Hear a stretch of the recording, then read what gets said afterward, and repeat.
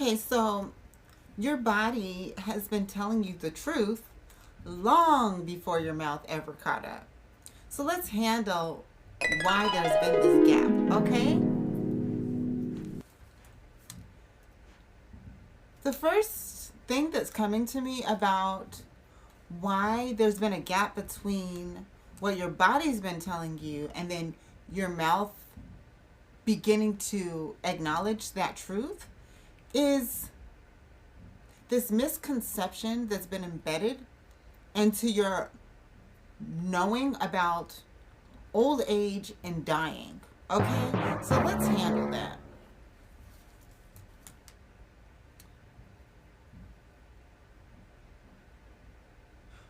I've talked about this before, but we're going to dig into it because just like when we're younger and we're learning something new, you need to hear it multiple times for it to really get into your system, right? So actually, I'm going to use a different example. I was going to talk about how I knew that the body aging had nothing to do with age, it had to do with behaviors. But I'm going to give you a different example because I feel like it's a stronger example of lies that have been told to us, okay? And I won't even say that they're lies, but whatever your belief is, that's what you bring to life, okay? That is much more accurate.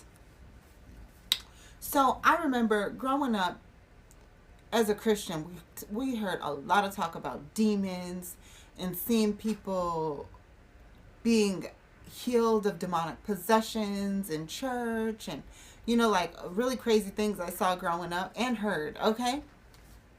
And so I remember my sister used to be so scared of the dark, right? And I think I started to really kind of get scared of the dark too. Like, oh, there's going to be demons in the dark. Oh, they're going to come get us. And oh. And every time she wanted to go to bed, she had to make sure I went to bed too because of the demons in the dark or whatever was going to go out there. And I remember part of me was like, oh, yeah, oh, the demons. But then another part of me was like, do we really need to be scared to go to bed on our own? Like, I want to go to bed by myself. I want to go on my own. I want to be independent. You know what I'm saying? So I remember one day, she didn't call me to go to bed. She was up doing whatever. But I was sleepy. And I had gotten into these behaviors of being scared, right? And I was like, I'm not about to call nobody to come go to bed with me. I just want to I need to see what's up for myself. Okay? I just need to see what's up for myself. And so I remember everyone was doing something downstairs. And I quietly left the family to do whatever they were doing. No one probably even knew I was gone, okay?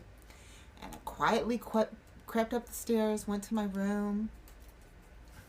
I made that room as dark as possible, okay? Because if there was going to be a demon to come get me, it was going to get me that day. Because I was tired of being afraid, okay? I was tired of not being able to be independent. I was tired of not being able to go to bed whenever I wanted to. I was tired of walking around with all this doggone fear, not being able to sleep well because I'm scared that something might come out and get me. And so I was like, I'm going to find out today. I'm going to find out today. This is really true of my nature for all of my life. Okay? But it probably really started then. Okay? And I remember I made it as dark as I could. I tried to make that room as scary. Like I opened up the closets. Like I needed every bit of all the things I thought that was scary and might come get me. And my sister, I was going to handle it. Okay? That day. Put clothes under the door. I tried to make sure there was absolutely no light coming into that room. Okay? It was pitch black. And so, as I did it, I could feel the emotions of things that were told to me coming up. And I went to the top of the bunk bed, because that was my bed, the top bunk. And I sat up there and I opened my eyes and I looked in the dark like, come get me.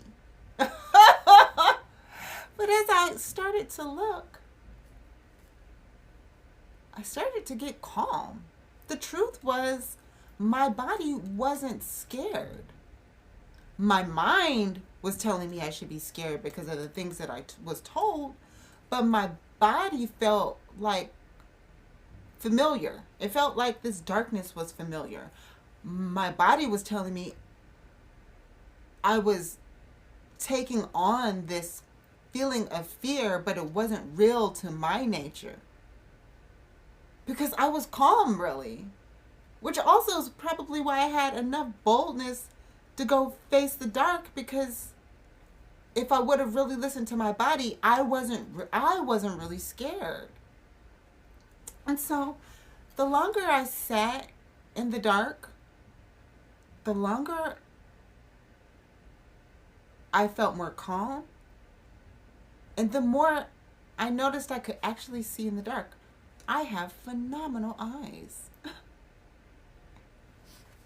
I still could see very well in the dark. And I practice it so that I can get better, right? Instead of just assuming. I actually literally practice it. Like I used to play blind tag with my son to enhance our intuitive senses, to feel what's around versus always relying what your eyes can see, right? And so the moment I thought I was seeing something that might be a demon, even though I wasn't scared, I think I was more curious. Like, oh, is that something? Am I finally seeing something? But then it was just a teddy bear. It was just my desk. It was just the chair. It was just the laundry basket, the laundry hamper, right? That's what we called it back then. It was a hamper. Okay. And I sat up there for a while. And you know what? Nothing ever came to get me. Probably because I allowed myself to not be afraid. And sometimes I wonder, like, if I would have just kept feeding into the fear and convinced myself past my peace that, no, you're going to be afraid, maybe I would have convinced myself to see something scary. But I didn't.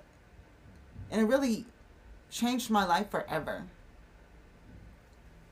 And that's what I'm sensing with you regarding how your body's been telling you the truth long before your mouth started admitting it. Is you probably didn't allow yourself to admit these truths because of truths that were embedded into your consciousness telling you that that should supersede what you actually believe. Man, these same cards be coming out. It's weird. What part of your intelligence isn't measured?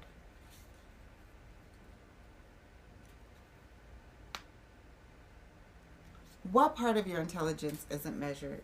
And the first thing that comes to me is it's your intuition. Your body is intuitive. It knows things before it happens. Just like a woman can feel conception before there's ever any proof.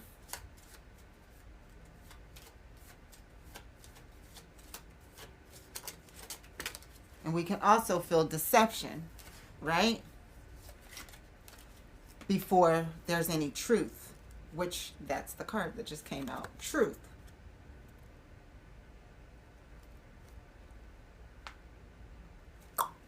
Okay. I don't know why I did it like that. It just felt right. I communicate my truth clearly and with compassion. Okay.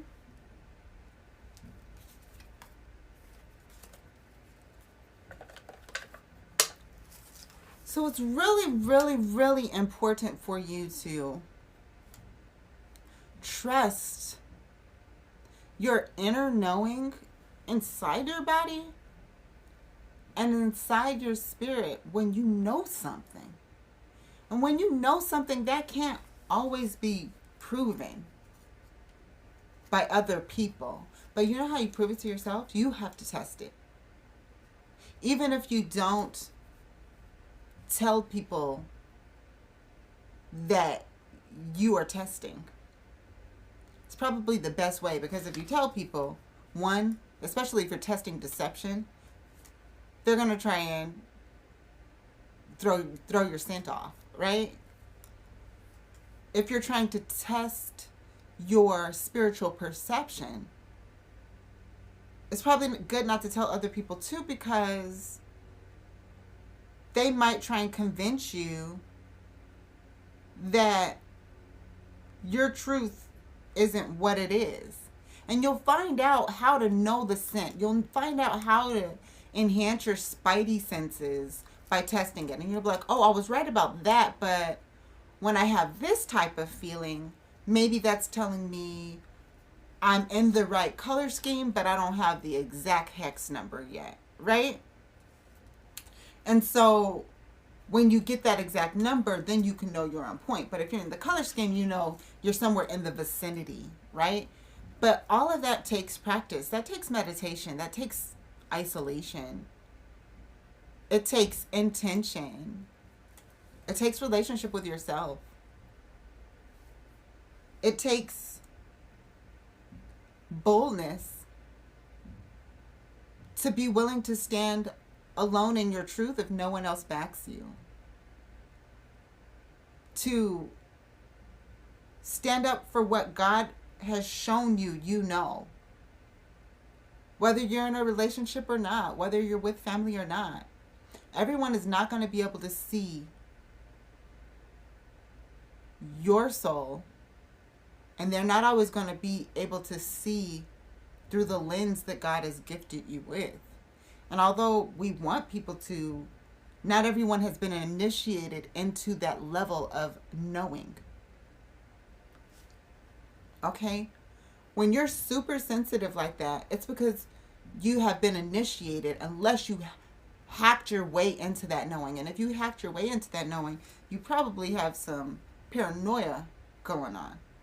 But if you haven't hacked your way into the knowing, paranoia is not necessary, because you've practiced understanding what kind of non-physical help you have. You know them like you know your physical family, right? You know nature outside like you know the nature inside. But all of that takes time. Like in relationships with your physical counterparts, with your divine, in your divine unions. Even if it starts quickly, it takes time to get to know everything about them. You're not going to know everything about your divine partner before you get married. It's going to be a lifetime of knowing, probably lifetimes of knowing. Traveling through dimensions, through ages, centuries and decades with your divine partner. You're going to find each other in new lifetimes. And if you're in this current time, this will be the last time that you have to lose your body.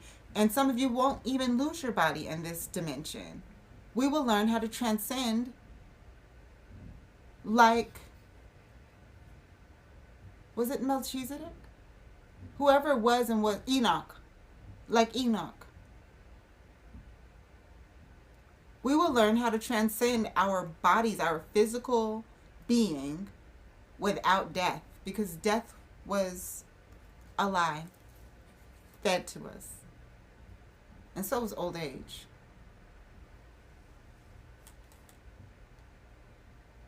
We should be getting better and younger and more beautiful as we increase in years. You know why?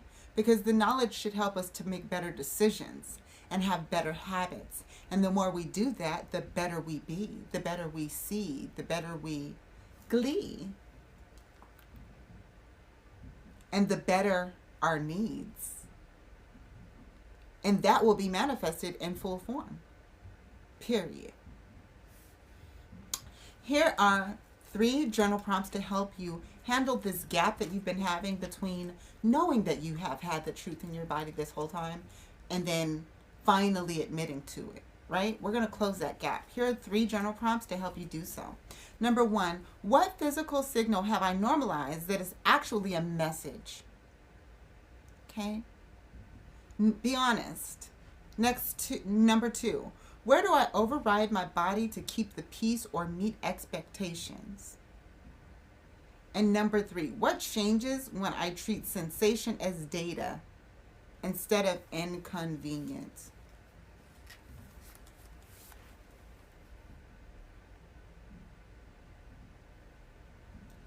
I don't have to worry about a thing, no, no. I don't have to have a care in this world, no, no. Because it's a good day. Oh yes, it's a good day. I know it's a good day, even in the rain. It's always a good day. The rain is pouring down so hard, but I still walk with a smile. The wind has blown my hair so far, but it was so worth the while. The birds are flying up so high, and my joy goes all the way, because it's a good day.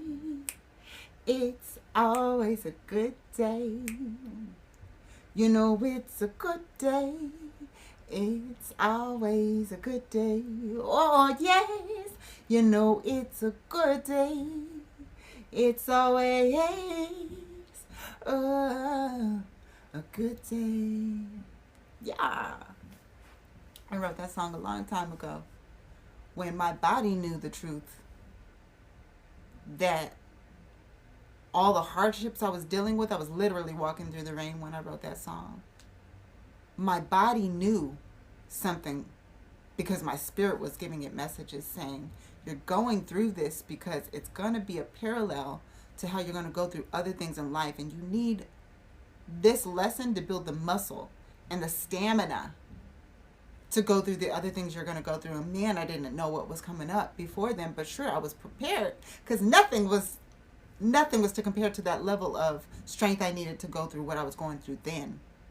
But because I went through that with strength and stamina and focus and still love and loyalty to righteousness, I was able to go through other things too.